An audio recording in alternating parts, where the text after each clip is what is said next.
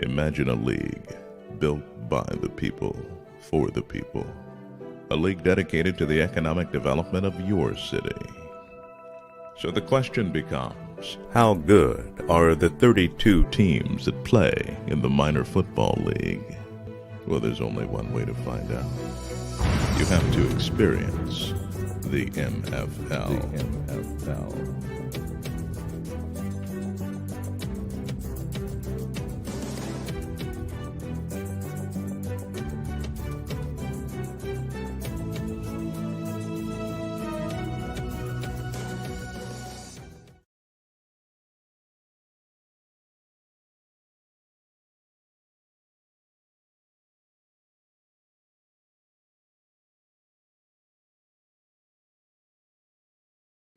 Welcome to another edition of Inside the MFL. I'm your host, Dr. Richard D. Myles Sr., CEO and Chairman, Founder of the Minor Football League.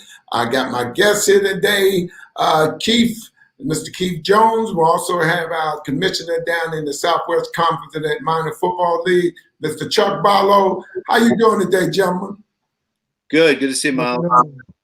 Okay, you looking like the Lone Ranger. I'm going to just tell you that, Mr. Barlow. I saw you had your mask on, but we all want to be careful, don't we, Keith? When I got it on, gentlemen.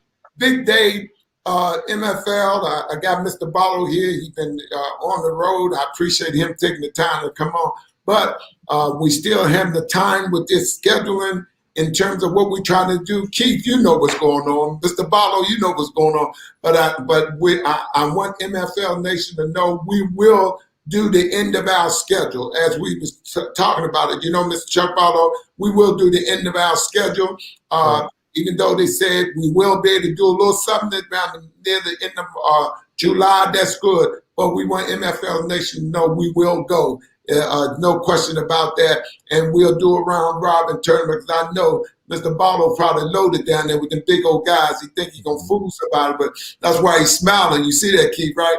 So, hey, you know, what's going on with this stuff, Keith? You know, we trying. I mean, you're the media. You got something, maybe you could tell us something. Why is it so hard? It's email gate in D.C. right now because Dr. Fauci's emails have come out and it's one big mess. So it doesn't matter if it was the Trump administration or Biden administration.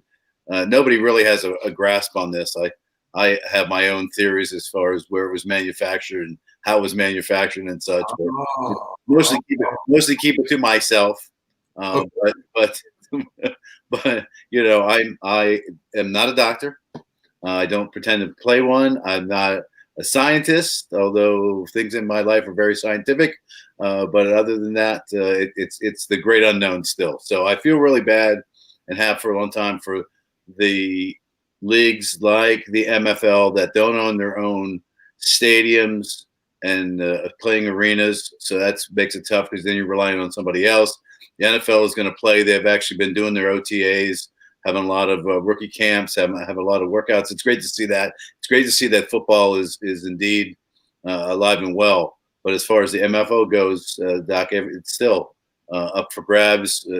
I've gotten a couple notifications that says July looks like it's going to be good as well. So obviously you're on somebody's good email train there or what have you. I thought it was going to be late June. I can wait till July. It's not that far away. Less than a couple months, and since we waited this long, absolutely. But coming back on your statement, just to piggyback on that, but Mr. Barlow, he gonna get him a venue. He gonna own a venue down there sooner or later, so he won't have that problem that the rest of us have. And Mr. Barlow, I mean, how's it going, man? I know, as you know, the pandemic, that's not something we can control. So I think coming with you down there and, you know, the rest of that Southern Vision, you know, we pushing forward, but, you know, you have to kind of feel for us. And as Keith said, because we don't own our own venues. Right. Well, first of all, happy summer to you all. This is a very different year than it was last year this time. Oh, yeah. So I just want to, you know, shout out you and your families' graduations, whether it's kindergarten, middle school, high school, or college. I had a niece that just graduated from high school with a 4.0. So we're just trying to, help her as a student athlete get situated. And that's what it's all about. You talked about the shutdowns and people coming back online. I think everybody just kind of trying to readjust to life as things open back up, and trying to approach things with a level of positivity and being able to work with those who have been always trying to do things in our communities. We've gotten some news that there are stadiums open in our communities. We see some action, but we try to proceed with caution. Of course, every community is different. We've heard different things about some of the other GMs and some of the other states. They're not having as much success as some of us are talking about now, and so we just have to realize that this is not just about us as the men who and the women who are running these organizations, but thinking about those players and those families. I was so disappointed and not even really shocked when no HBCU players got drafted. I told everybody I used to do NFL scout camps and combines, and to me that was the best showing of competition for HBCUs, because you had a chance to be matched up with a guy from one of those Division I schools who may be in the same position. But when you isolate players and put them up against just one group of guys, you tell them, you laughing in people's faces, right? You would not put a Steve McNair at an HBCU combine. It wouldn't make sense. Here's a guy who was third in passing in NCAA history. I mean, why would you? I'm sorry, third in the Heisman votes, right? Why would you send him to an HBCU combine? And so I just think that we just have to think about the reality that some of these guys are facing. And I think that the opportunity that the MFL provides will give those guys who, at least now that you've graduated, the draft is over. Some leagues are not going to 2022. The minor football league is an opportunity for you. So, reach out to us. I've been getting calls like crazy. And I'm interested in making sure that we get guys out here who want this opportunity so they can have film. So that if one of those other leagues call up, they'll be ready. Well, very well point. Right. So Keith, I'm having to look. I hope y'all can see me. If you can't, don't worry about it. I'll get it back. Keith, so, in the media, you get these guys that is home and not invited to these camps. We're trying to get the message out to them. What you say in terms of these guys want that opportunity, and still, I don't know if to say they're procrastinating or what. Well, I have to say, Doc, we can see and hear you, or at least I can. I want to okay. But it's really a sad state of where football's at, because here we are, 100 years after the NFL started, more than 25 years after the MFL started, and we're still talking about players not getting an opportunity to play. Offline, I think you and I, along with some GMs and stuff, need to have a conversation directly about that, because it's not just because they're players. It's just a lot of quality individuals that are lost in the wasteland, because as Myles and I have talked about in the past, it's a numbers game. I mean, there are less than 400 guys that get drafted, less than 300 guys really, that get drafted in the NFL. That means you're telling me that in the SEC alone, or in one of the Power 5 conferences that has at least 50 guys on a team, times that many teams, say there's 10 teams, I mean, that's way in excess of 300, 400 guys. So there are a lot of guys that get overlooked even at the top level.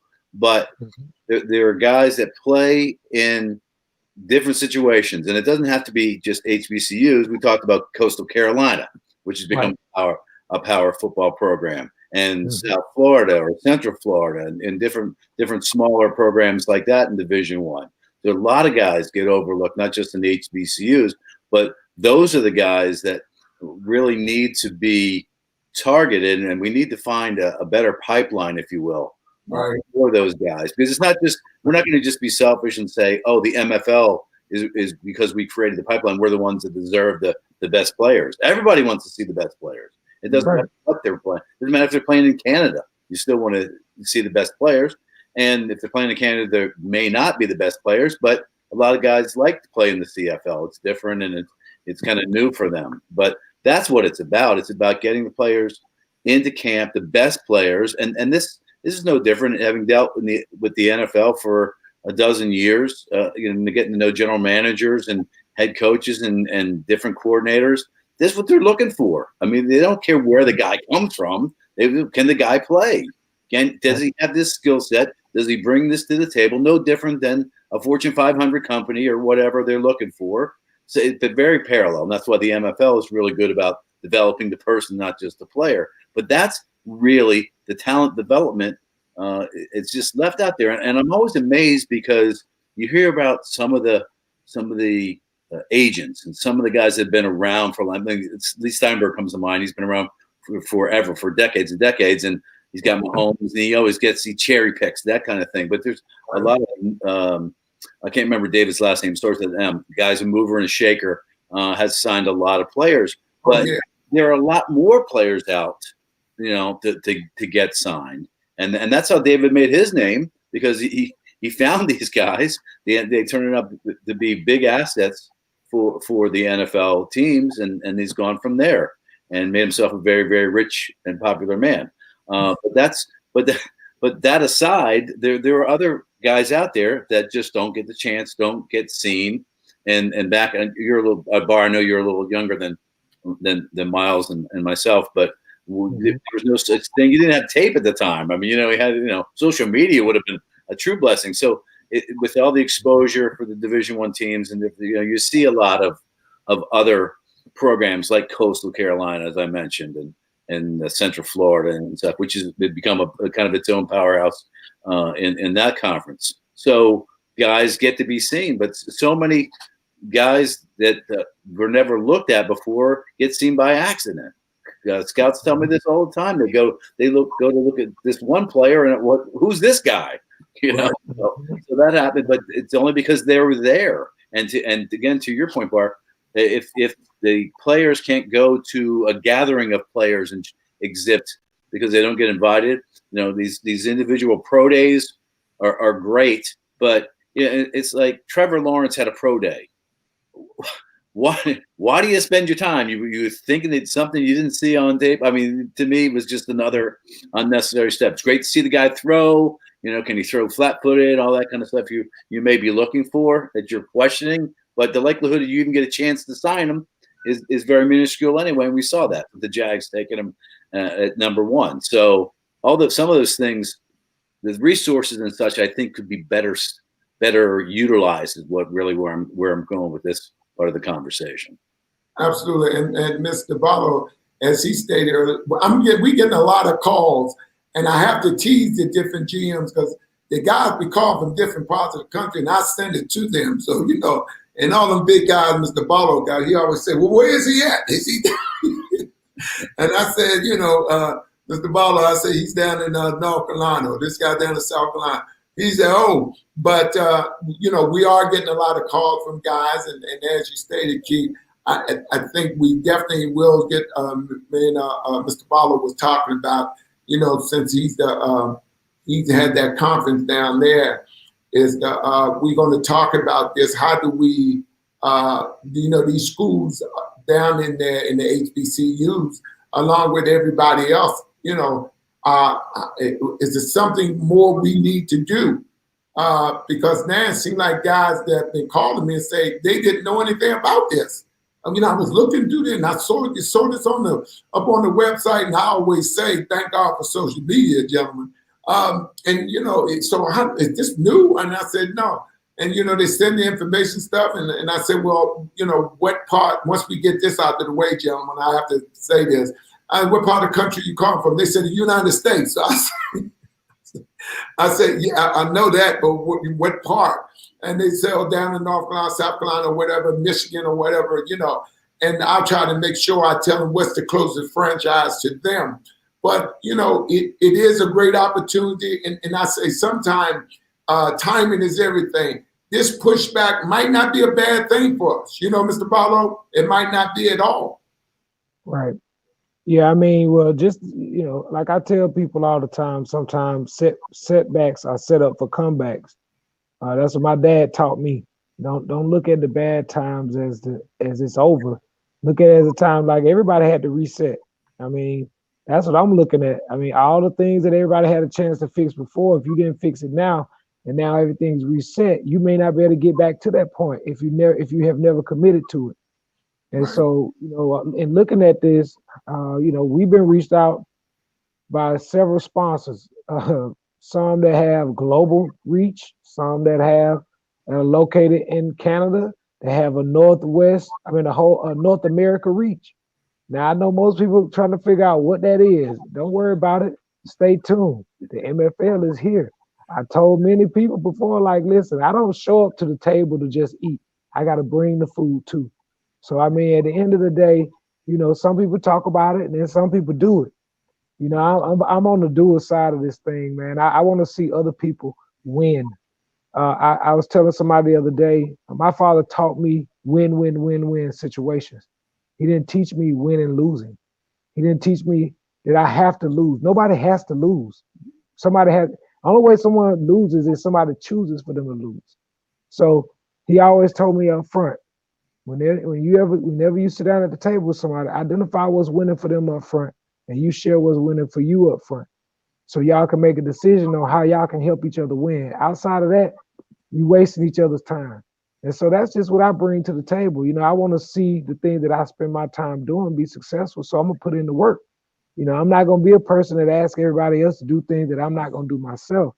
And so I just know that your reputation precedes you. So if you once you put your name out there and people know that you are serious about what you do, then that's what comes to you. Like, you attract what you put out. You put out bad energy come back to you. So, I'm just a believer of a person that keep the faith, get out there and make it happen. Don't worry about sometimes you can't worry about what you're looking at and what you see, because that may not be the true reality. That just may be the smoke clearing for the new stuff to come through. So I just tell people, be positive, approach every situation with positivity and be able to smile, even during the tough times, because, we don't struggle because we're strong. We're strong because we have struggled. All right, Myles. All right, let me just interject here. Chuck is a general manager, correct? Absolutely. Wait, where do you find these guys, Pied Piper? Because this guy is beyond legitimate. Just in words alone, I'm ready to strap on a helmet right now and go to the table with him. So. Absolutely. He was the first person on my mind when we sit down and talk about having the reason we want to do when we want to get our guys together that handle the different divisions, because it's so big. And I thought, and Mr. Chuck Barlow was the first person on my mind. It was something about him when we met last year at the Watkins Award dinner. You could tell he's a commissioner. What I like about him, he's all MFL. Some people, they like things that look good, and then when you get in there and you realize that you might have a little problem going on in a way, they want to back down and back out. But as you know, Keith, I've been doing this for 28 years, man, and I done seen the good, bad, and the ugly. And you know me, Keith, and anybody know me. Failure is not an option with me. It never had been. I've done stuff that people say could not be done. And what I stress to people a lot of times, that the MFL is the laboratory of change. And, I don't know if you guys had the opportunity to see Black Wall Street, the movie, come on, and everybody asked me, did you see it, Dr. Myles? Did you see it? I said, no. Why? I said, because I'm living it. We got to understand Black Wall Street is gone. It was great when it was there, but it's gone. So you're talking about something that's past tense, that's gone. This is the laboratory of change. What happened with that was a tragedy, but it's over with. Now, what's next? We can't keep on talking about what we could have, should have done, and we got to talk about, oh, that was night. We had this, we had don't mean nothing. What do we have now? Generational wealth is the key to it all right now. I was meeting, I was at the, with the, one of the ambassadors and stuff, and they like, hey, Dr. Myles, you're not going to forget us here. And I said, no, I think I sent you guys the pictures and stuff. And I said, no, I'm not going to forget y'all, you know. And they said, because we really excited about this. So I want people to understand what the MFL is. We are the laboratory of change. We want to bring former players from the field to the front office. We want young men to know we want to teach you beyond the field. Because now, what happens when you can't play this game? You got a lot of guys right now have been playing football all their lives, gentlemen. Y'all know it. And now, college is over, and they tell them this is it. That's all they've been doing. So how do these young men react to this? Go to you, Keith, first. You know, it's astounding to watch the reaction of these guys. And I told this story on the show in past weeks. I had an opportunity to interview the great Sam Huff, who was an All-Pro in the Hall of Fame linebacker for many, many years in the NFL. And I interviewed him after he'd retired. He was working for the Marriott Corporation at that time. But I asked him what it was like when he finally had to retire. And his reaction was, it was emotional. I mean, he kind of got this blank look on his face, and he turned to me and said, I didn't know what to do. And this is a guy that had played, he was an All-American in college, had been playing since he was 7 years old. That's all he knew. And so he had a lot more in it than some of these guys that just played in college and then stopped. But the reality is the same. That they're lost. They don't know what to do. There's no next steps. And as far as the MFL is concerned, developing the person and really the professional. Let's talk about that, because I was watching the NBA playoffs recently, and I see all the nonsense going on with the fans and even the players. There's the nonsense going on there. But a number of the players, like Dwayne Wade, have a stock in like Wade owns a portion of the Utah Jazz. So some former players actually in the NBA have been able to buy their way into the league as owners, which is fantastic. We're not seeing that in football. It's not going to happen in the NFL. I mean, yes, yeah, there are one or two minority owners in the NFL, none of which are black, right? So I mean, and to me, it's not going to happen. I mean, you know, it's the guys that are on the field. Those are the guys that bring the dollars to the franchises. But those are the guys that are black, so to speak, and you know that are going to help that franchise become more valuable. But they're not going to get an opportunity. I mean, Jason for the Washington football team is the president, which is the highest ranking minority position that anybody holds in the NFL. But he won't get an ownership stake in the Washington football team. So just because you're president of a team doesn't mean you have longevity. Bruce Allen is the former president of the Washington football team. So, you know, you have that going on. It's great to see that some individuals are given an opportunity to do that, but that's an individual. That's not across the board like the MFL is providing for every player the opportunity. Yeah, the numbers are limited in the front office as well, but at least you have the opportunity to be a head coach or an assistant coach or an administrator or general manager in the MFL, where you won't get that opportunity in the NFL or any other league. The nice thing about it is that is really where you cut your teeth. So if I've got that kind of general manager experience in the MFL, then my resume that I take to the NFL is going to look totally different than a guy who wants to be a general manager in the NFL and won't get that opportunity. Right, and I just want to shout out Ward Dunn, who is a minority owner with the team in the Georgia area. I just want to say that because, you know, if we gonna talk football, you got to know your stuff, right? And I think that's important. But how do we get more of those? Right. My thing is, why is it so exclusive? What's the secret? If we building generational wealth, you should be sharing that. Like, don't say you're trying to help me on one end and then one end you blocking me out. And I mean, anybody and everybody who knows me, I am so true to Atlanta and to Georgia. Like, I don't mind going to the Capitol. I don't mind going to the streets to help clean up and do the things that some of us won't do. See, that's the issue here. The issue is that many of us want to receive the accolades of being servants or for doing service, but we only want to do the service when the cameras show up. We don't want to do the service when there are no cameras, when there are no accolades and awards to be handed out. And I just have to say that because a lot of the younger generation are looking at many of us who are adults and leaders who are in charge as some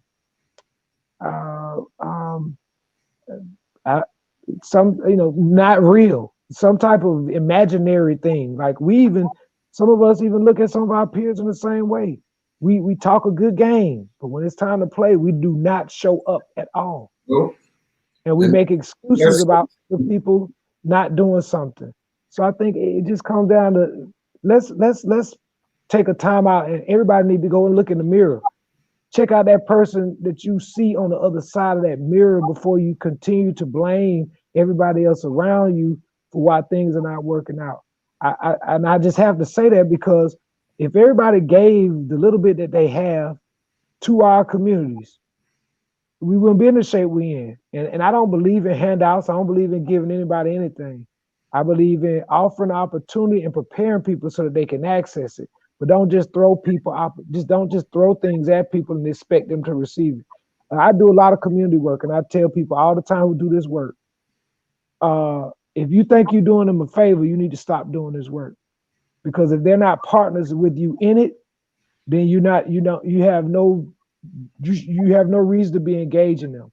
So if we're not approaching these things around community development, these no thugs, no drugs type of programs and reentry and workforce, like the young people have told us oftentimes what the problems are, but we have not listened. And I tell people, as this pandemic kind of hopefully and prayerfully comes to some type of stabilization, one of the things I recognize is that the park and recreations have been closed. No youth programs. If it is youth program, none for people 15 and older. Some of them, or you got to be in the AAU, you got to be in the leaders. So like at the end of the day, I'm asking all these adults, faith-based leaders, park and rec, come on now, we can do a better job. I work with DJJ. I work with reentry. And young people are saying, well, we went to jail because y'all didn't have nothing for us to do. So let's continue. Let's stop the revolving door, right? Let's put up another kind of door that when you go out of this one, you get access to something else that leads you down another pathway and not the same one. Hey, Chuck, first of all, thanks for the work done. I'd forgotten about that. I'm not sure it's a minority ownership, so I'm not sure what the percentage is. Maybe It's small. It's small. No. It's small, but I just want to throw it out there so people understand that we're in this space and we know about it, but it's not big enough. It's too small for us to even have a conversation about, but we know about it. Yeah. Okay, fair. Okay. Thank you for that. Appreciate that. That's very equalizing, but that's a very valid point. Yeah. It was a nice gesture, but again, and it's good for Warwick's pocketbook, obviously, because if the Falcons can be successful again, then obviously that brings him some cash. But that's to me that's an anomaly. That's it's Arthur Blank to me doesn't set the standard in the NFL, unfortunately. No, and I just want to and what we're saying is there's other stories to be told that are part of these conversations we're having, and one is Deshaun Watson. Do you know the relationship between Deshaun Watson and Warwick Dunn? It's pretty close, but I don't know. You go ahead and tell me because you obviously know. You remember when he started his housing program? Mm-hmm. Guess who was one of the recipients of the houses? Deshaun Watson's mom. Mm-hmm. Yeah, I remember. So those are the type of things. Now, and I'm only saying it because I'm from Atlanta. If I don't know this history and I say that I'm a general manager of any sports team, right? I don't know that information, then I don't do my job. So I mean, I'm all about inclusion and equity and talking about the stories. Like Ward lost his mom, who was a police officer, public servant, right? And he quietly does work. And all I'm saying is the MFL I model the work that I do after a person like Ward done. You don't see him in the news trying to get a bunch of accolades. He's not trying to get out of it. But guess what he's still gonna do every year? He's gonna give away a house to a family in need and help somebody like Deshaun Watson. Think about it. Do you think that situation helped stabilize his family for him to focus on his future? Absolutely. A little bit. So that's what we're saying in the minor football league. Like, look, we want to create opportunities like that. But guess what?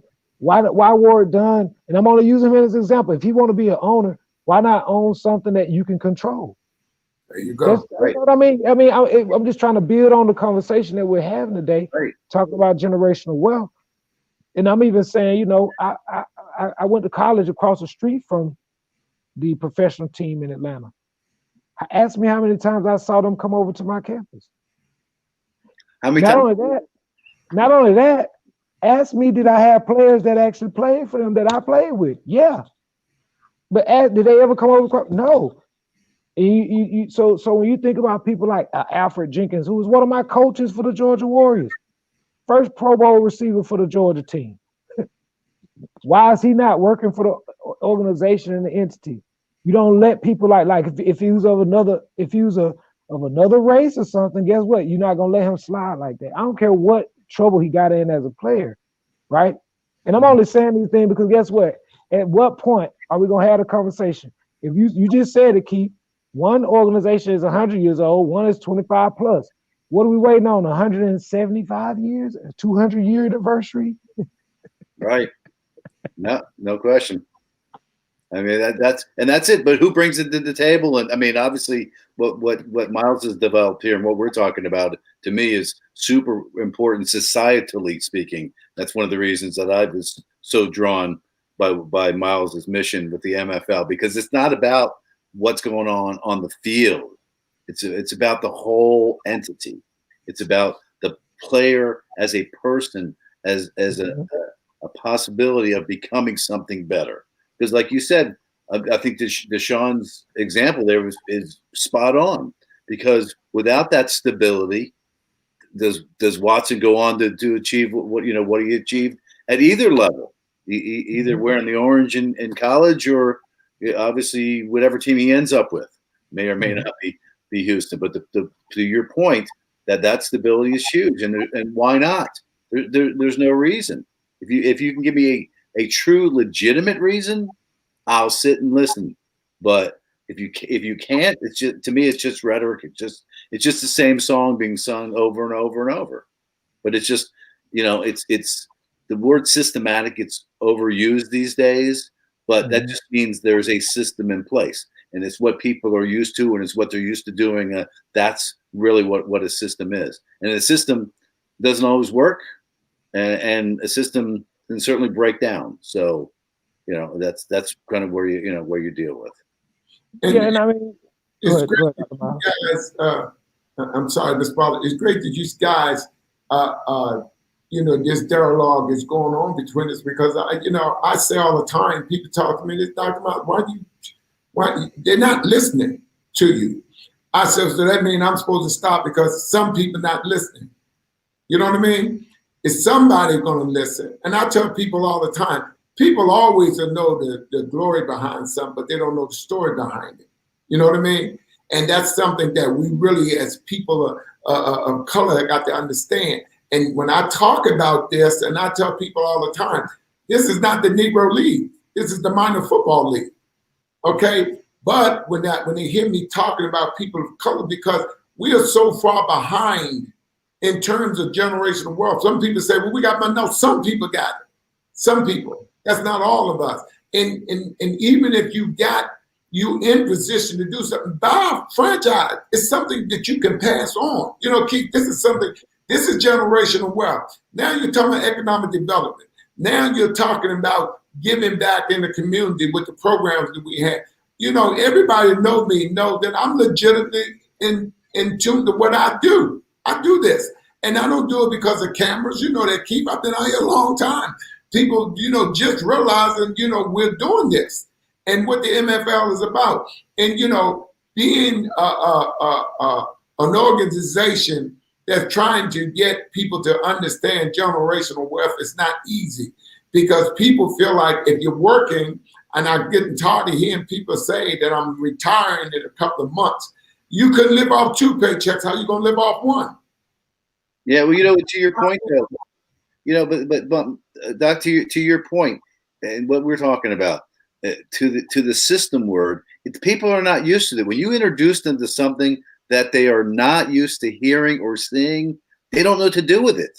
And it does. It could be food. It could be anything in life. But when you present them with a business opportunity, they sure don't know what to do with it. You know. And I'm not saying just to buy a franchise. I'm talking about to understand the mission and the story, and look at the end game, not what's in front. Oh, it's a football league. Oh, we play games every week. It's not about that. You know, and that's what some guys like Chuck get it, and Chuck gets it pretty well, and other people just don't. They don't see it, you know. So that's what and that's why it's taken time, and it's going to continue to take time. But you're setting an example. You're setting an example for the 800-pounder. You're setting an example for the NFL and for the XFL and the CFL and any of the other leagues that come along, because what the MFL is doing is different than any of the other leagues. And you've been doing it for more than 25 years. And the fact that you're still doing it kind of speaks to itself.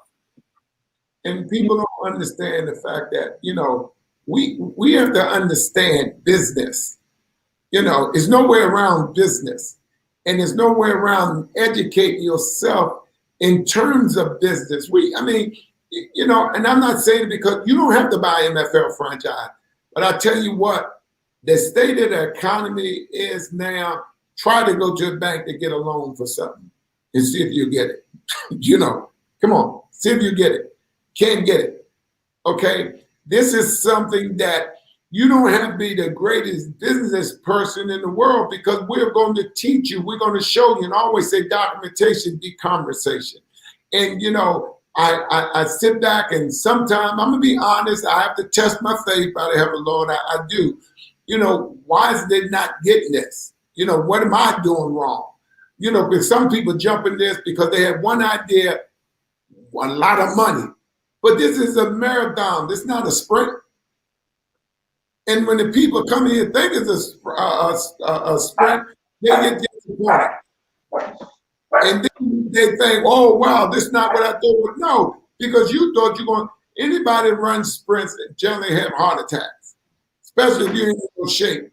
Or do you also don't understand the concept of it? You know, you just see the glimmer of it. You know what I mean? It takes work. It takes work. Right. It gets easy, buddy. I mean, and Mr. Barlow, I have to give it to you. He's been hitting the ground from day one. He's been hitting the ground from day one because he understands business. Yeah, I mean, he have a lot of different business. He have done a lot of things in the business world. So he understands how this works. You know what I mean? So, you know, people want this money. That's great. But you really got to plant the seeds. You got to get out there and work. Because you come in there, as you say, is key, but believe me, I hear you good. You know, anything people don't understand, they're pretending to be afraid of. Why? They don't.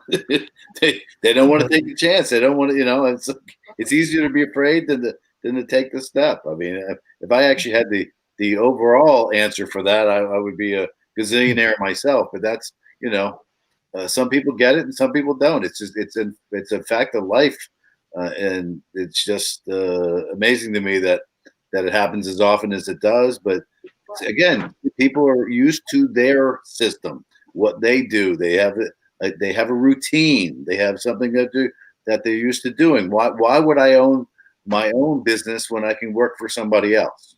What? Okay, which is exactly flipped around for those who like Chuck, who understand.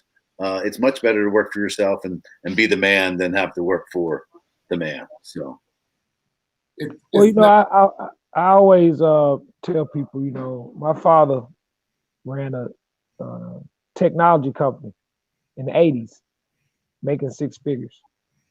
So I learned from somebody who was a general manager, who was a boss.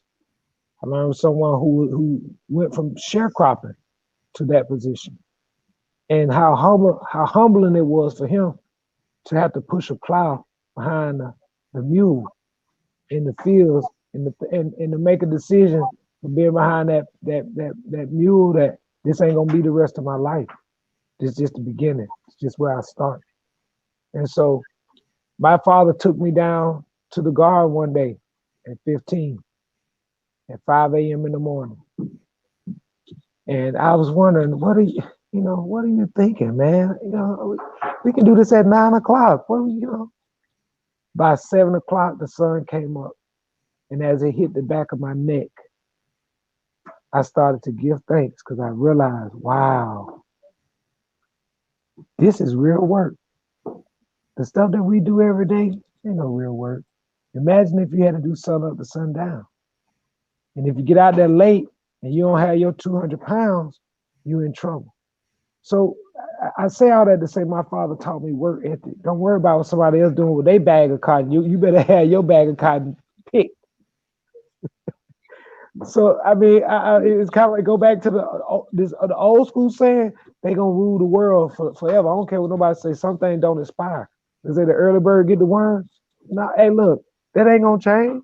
It don't matter where you wake up in the world, on the bottom or the top. If you don't get up early, you can forget about getting a turn or a worm. And sometimes you get up early and be there and still won't get it. Right? Nothing is guaranteed to you but life and death. It's all about what you do with that dash. And it just strikes me, gentlemen, as I don't understand why we just so we're in a point in life in our time. We're in a time in our lives. So getting a little tongue tied, gentlemen. You guys understand, but we can go play a number. We can play numbers every day. Spend $20, $30, $40 a day on a whim. When we hoping and pray might happen, right? You know what I mean? Yeah. If you took that money and got with somebody else and bought something that you're talking about generational wealth, you know, I mean, I don't know, but as you say, Keith, I guess you're right, Mr. Barlow, and I tell people, we don't want to own anything. And I put this challenge out to everybody because I'm giving you an opportunity to own the franchise. And one thing about business, people lie, numbers don't, gentlemen. Numbers don't lie. Numbers don't lie. You don't have to be a mathematician to understand numbers. You know what I mean? So, and if you have a family and you can have the greatest job in the world, Keith, Barlow, y'all great guy, but you can't get that to your kids unless you own it. True. And once you retire, you cannot get it no more. You cannot get it no more. So what happens? What happens? You know, what happens to these people when we trying to get them to understand generational wealth? I don't get that. I just don't get it, gentlemen. They don't get it either. No. Well, I get it. Talk to the people that's listening. Like, stop. Hey, I'm no longer 2020 taught me, stop yelling so loud that the people who should be listening don't hear you. Talk to the people that are right there that are listening. You know, and that's how you are. Each one, you teach one, right? Right. You know, we don't have to grow the whole nation at one time, because then you got to try to manage all of that, right? Let's manage the people who are ready to step up to the plate. That's what I had to learn and realize, like, you know. And then one big piece to this is really effort, the E word, right? A lot of people think it's you got to outwork people. No. You really got to outwork yourself, Right? Because you're your worst enemy. If you don't show up with a better effort than you came last time, you can guarantee you ain't gonna do better than you did last time. There you And go. I think if we just hold each other accountable for your effort, hey, look, I don't know if that was your best effort or not, but I know you do. And I think if that's your best effort, we definitely gonna require a lot more. See, some of the people who complain a lot, their effort is minimal. Their presence doesn't exist. So what I tell people, before you bring me a problem, you better have already thought it through and came up with some solutions and some time to be able to put in the work and get it done. That's the only way things happen. And I'm of the belief that we don't make excuses. we put in the work and get it done. And that's why a lot of the problems and things that I see that are 50 to 40 years old, I'm like, oh no, I won't be passing it on to the next generation. Oh no, I won't. We're gonna handle that right here. This is where it stops. Because this is just ridiculous. In no business could you have not done the work for 40 years. That's well put. Matter of fact, I think. Go ahead, Keith. I think you froze up. Yeah, you froze, Keith. But it generally that what happens when you know people want success overnight. Follow, and then we tend to not want to work for anything. We wanted to throw it in our hands, but when other people got them, you're ready to work like a crazy person with no reward. Mm-hmm. But if somebody come to you and say, okay, you have an opportunity to own this, to own it, to pass it down. These are the things that I think we forget. Blessed like, you all, people like yourselves. I have 17 grandkids. I'm excited. They're my grandsons, and they're in college and stuff, but still, that doesn't guarantee your job. It never did. You got people doing things that their degree is not in. Then we had the people judges of other people. I always said, man, I would never down another black man. I don't care what he's doing. I wouldn't do that. Because that's what our problem is, our ego. Our ego. We don't have the guts to do something ourselves, but we're quick to criticize people that are doing something. Right. And in our ranks, and it's a shame. You have people in your ranks, and you have to be careful. But as the lady that you reported told me, she said, my problem is, Dr. Myles, with this MFL, you make it look so easy. And are you worried about people taking what you have? And I said, no. She said, why you say that with such confidence? I said, first of all, I told them everything they know, not everything I know. I would never teach nobody everything I know. So therefore, I never worry about anybody trying to emulate or duplicate what I'm doing. I don't worry about that.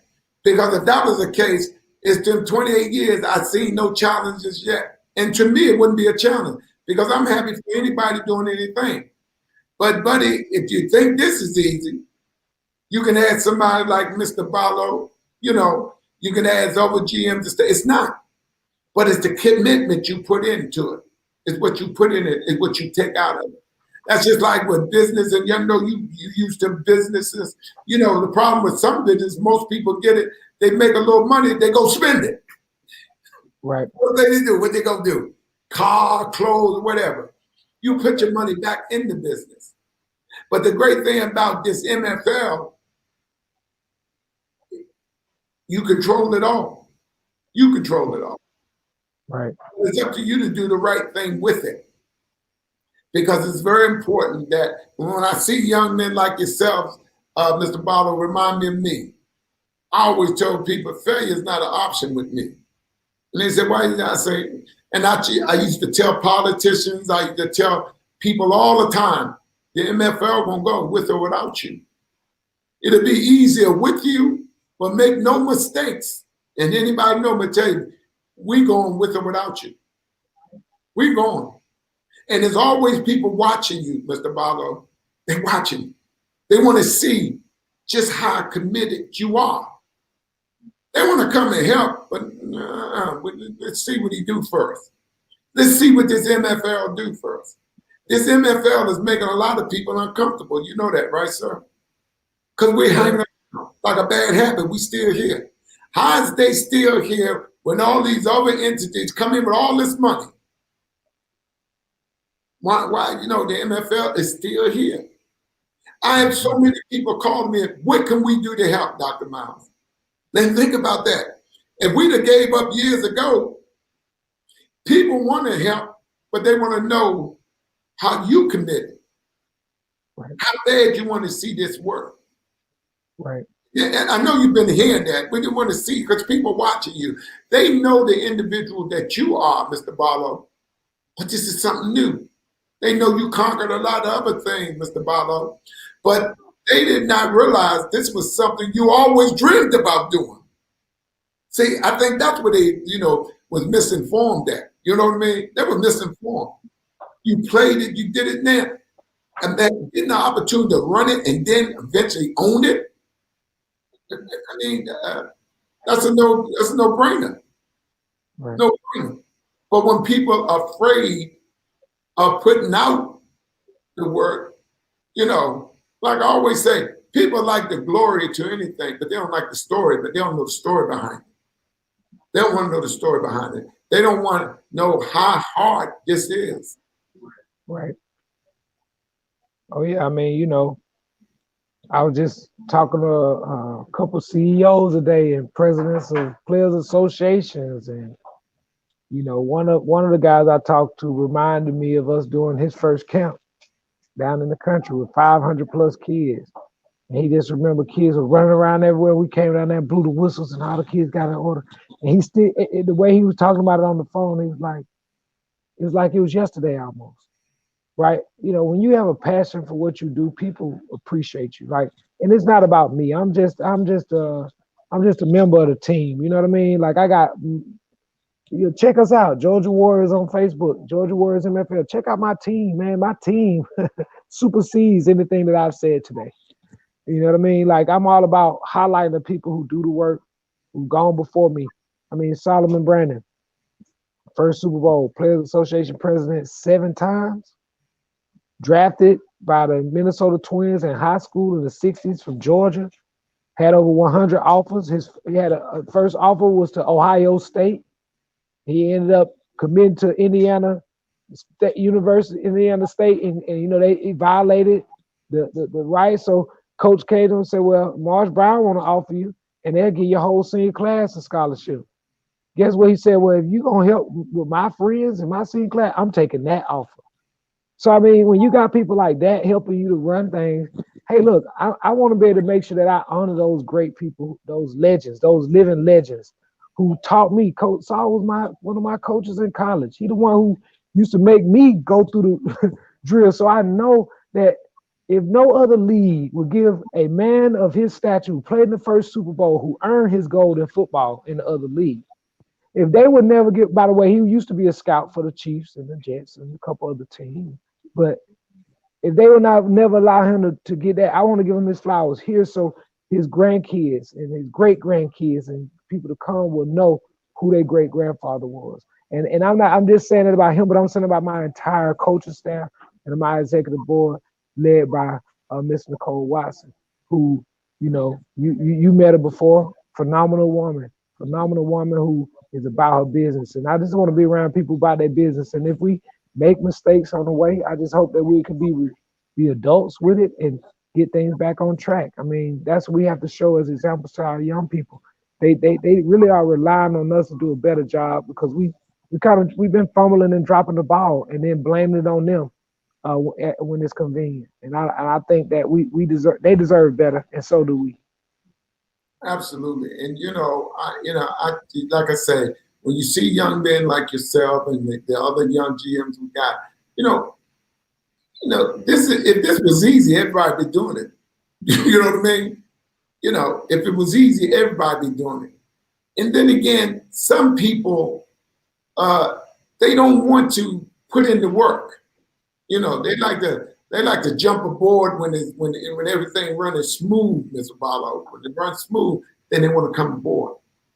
But we don't want people that come. We don't want people like that. We want people that committed and understand exactly what we're going to do. See, we standing on people's shoulders, and after a while, people gonna stand on ours. It's just simple as that. And then they will say, well, Mr. Barlow, Chuck Barlow, Chuck Barlow brought the MFL down here to Georgia. It could have went anywhere else. Mr. Barlow brought it down to Georgia. Mr. Barlow came up to DC. Mr. Barlow went and say, okay, well, I'm sending your stuff down, Mr. Barlow. Mr. Barlow said, don't worry about it, Dr. Myles. I'll go meet Mr. Jamie Dukes and I'll get it. Nobody got to worry about saying, well, when is this stuff going to come and that stuff coming? That is right there. And that, more importantly, you didn't wait for it. You said, I'll go get it. See, it's things like that when you go above and beyond. And a lot of people don't understand it, Mr. Barlow. And people ask me, do I get rejected sometimes? Yeah, but I push on. Because I tell them in a minute, when God for you, everybody can be against you, it doesn't matter. But those same folks will come back. They'll come back. But now you know what you're dealing with now, Mr. Barlow. You know what I mean? Now, because now they show the side of themselves that they probably didn't want you to see. But as I say, and I was saying early in the show, the MFL will finish the end of the season. We will finish the rest, the end of that schedule, and only because that's when we get a chance to start. I'm gonna make sure that the game's gonna be played. So who's ready to go? We gonna go. I don't care if we got to cross them or what. We're going to go because you got people in camp doing stuff and waiting. And And what I like about them, they say, Mr. Myles, you make the call, Dr. Myles. But we're going to keep on practicing this stuff. We're going to keep and wait for a time to go. Because I promise you, they will see some games. They will see a championship game because I know Mr. Barlow tried to get that ring. He ain't fooling nobody. Get that big smile on his face. Hey, it's not just about the hardware, but it do help. It do help a little bit. And then some of the sponsors I have, they interested in helping as the youth leagues relaunch. We're trying to get out there and help those kids, because we got these lasers, man. And, I'm going to follow up with you soon about it because I had a conversation with the gentleman this week. But they ready to help us in all the communities we in with the youth camp. We want to be able to pop up and just help the kids know what their numbers are and find out about this new technology and computer science and STEM stuff that we have connected to this football space and this esports and gaming fundraising. I mean, look, we're not going to have to worry about sponsorship in a minute. In a minute, we'll be able to offer sponsorship. and that's what it's all about, right? People sometimes worry about old ways. I'm not worried about what used to. I'm focused on what will be. And if I have to, then that's what it takes. I'm not a person who looks at a wall as the dead end. I just look at it as another. I got to find another way to get over, around it, or through it. But I look for the next great opportunity or the next challenge. Like I'm not a person that has ever had the red carpet rolled out for me. I always had to work by it. I'm not. Look, I don't need the red carpet treatment. I don't mind. Hey, look, I come in with dusty shoes on and we can get it done, sir. It doesn't matter to me. I don't need no special treatment. That's basically what I'm saying to anybody out there. Don't look for the special treatment. Nobody don't need to roll out the carpet for you. Be ready to do the work. Show up, get it done. And as you know, next time you're up here, I have to take you over there and give you an opportunity so you can meet these ambassadors because they're really excited about us coming, Mr. Barlow. Also, I tell people all the time, people, great guy always say by any means necessary. By any means necessary, we're going to get this done. And we're going to get it done because we got some people that's working hard behind the scenes. You might not see them on in this platform for everybody to come on. They say, Dr. Myles, we don't need to, if you want us to come on, we come on. But believe us, we're about MFL. We're about it. So, having people like yourself involved with this, it shows a lot. It shows that the MFL still got these young people like yourself, dynamic young people. And we want people, all players that still not sure, they just coming home. You can go to our website, mflishere.com. You can reach us on Facebook, Instagram, Twitter, Georgia Warriors page, MFL page. I mean, you can always go to the Washington Chiefs. You can go to the coach. You can go to the different teams that we're going to go with. You can go to their page. We are signing players, and we get a lot of players from the different areas. And we're going to tell you what teams are in your area. If they're not, but we want you to play. Don't think we don't want you to play, but we're not in shape to pay for nobody to come and stay in the areas they're not from. And we just telling you that right up, straightforward. We don't want no confusion about, okay, when we got down there, we didn't have no room. If you don't have relatives in that area that you can stay with, stay and just wait it out to next year when the franchise is in your area. And, so we know I'm excited about, Mr. Every time I had Mr. Barlow, matter of fact, people ask all the time, I don't know why everybody want to be on the show with you, like Coach Tate. He said, well, let me know when the Georgia, because he's down there with you, he always want to get on when you on. But I want to say how much I appreciate you and all the other GMs. They're doing a good job down in North Carolina, South Carolina. You got some people down in Florida. I think we got the first HBCU coach that's coming on board. Will be handling the 49ers down in Florida. He coached up at Howard University. I can't wait till you get a chance to meet him. And, he moved down there and he called. He said, Dr. Myles, I'm in Florida. What, do I need to come back to DC? I said, no, we have a franchise down there. He said, good. His son played for the University of Maryland stuff. He said, I'm 25 years old, Dr. Myles.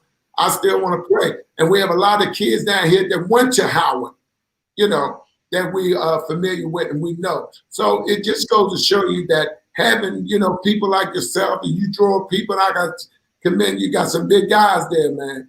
Mr. Barlow, I did, give a shout out how they get in contact with you, with the Georgia Warriors. Georgia Warriors MFL at gmail.com. Check us out on Facebook, Georgia Warriors MFL. We're here. We got trials coming up, combines coming up. I got about 15 to 20 players that have reached out to me. Oh yeah, and by the way, I'm all about the rural Georgia. So I'm gonna be doing some combines in rural Georgia with those lasers. You know what I mean? I got some people, we got some relations with some of those other teams out there. Having a 6'5", 308-pound lineman, from D1 schools, we got a couple of people out here that these other leagues got to take a look at. I mean, you're not going to overlook them because, number one, the one thing about what I like about this platform is that we got some things that we about to introduce to the world that if it didn't come through us, you would never know.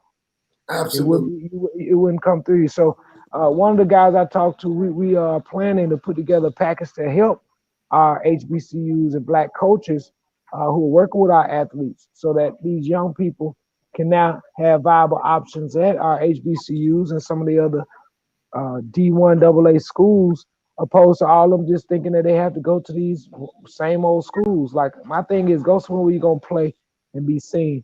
So I appreciate the opportunity to be a part of the MFL and the Georgia Warriors. And as the MFL Commissioner, my job is to just make sure that what I'm doing for my organization, I'm doing for all of them. And I think that this is not just a minor football league thing. This is what we need to be doing in our communities. If we are present, then we will give the gifts that God has given us back to the people who helped us get to where we are in life. So thank you for the opportunity to be on the show today and share what the Georgia Warriors are doing to support the minor football league. And I appreciate you very much. This has been another edition of Inside the MFL. I'm your host, Dr. Richie D. Myles Sr. We'll see you Friday. Thank you, Thank you, Mr. Chuck Barlow. All right, you have a good night.